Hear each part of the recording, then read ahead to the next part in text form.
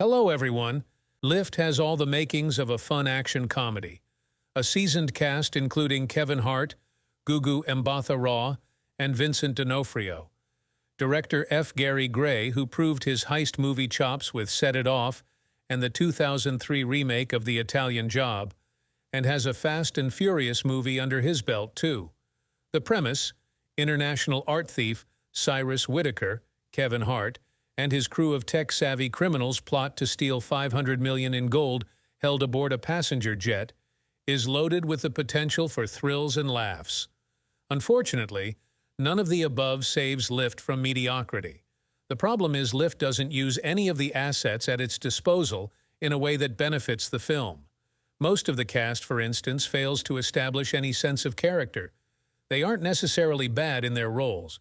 They just don't effectively portray fully realized people, and it's hard to tell if the actors are hindered by lackluster material or if they're acting poorly. This is especially true for Cyrus's band of thieves. Even though their banter alludes to an interesting shared past, their individual identities are all dull caricatures of their job descriptions.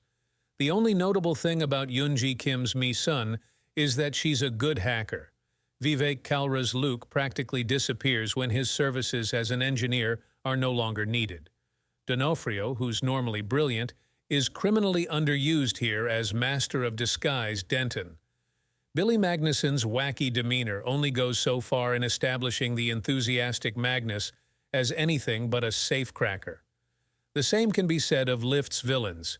Jean Reno does what he can as the evil investment banker Lars, but given his limited screen time, his role amounts to an extended cameo. Things improve whenever Mbatha-Raw is on screen. As Abby Gladwell, an Interpol agent and Cyrus' potential love interest, her subtle display of emotions provides the occasional highlight. We know Abby's apprehension about working with a band of thieves is diminishing because we can see it on Mbatha-Raw's face. The opposite is true of Hart, who struggles with playing the supposedly charming Cyrus Whitaker. Aiming for old Hollywood debonair leading man, he comes off instead as regressively stoic.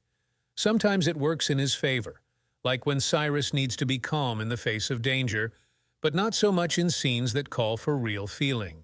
Lift is dragged down by a general half-heartedness. It goes beyond the actors and into the heists themselves. Fistfights on a plane and high-speed boat chases shouldn't be this dull or by the numbers. Even the attempts at physical comedy fall flat. All of it feels odd given Gray's resume. Say what you will about the overall quality of The Italian Job or The Fate of the Furious, but you certainly wouldn't call any of their action scenes boring. Verdict: Lift isn't a good action comedy. Its talented cast isn't properly utilized and the action scenes are barely passable. There wasn't much effort put into landing jokes beyond a few spare lines and a random pratfall. It's not a bad film per se, but another vault-busting mediocrity doomed to be forgotten in an infinite queue of Netflix originals. Thanks for watching. If you enjoyed this video, don't forget to give it a thumbs up and subscribe to our channel for more content like this. Check out our other videos on the channel and hit the bell icon to receive notifications whenever we post new content. Feel free to leave a comment down below and let us know what you'd like to see next. Thanks again, and we'll see you in the next video.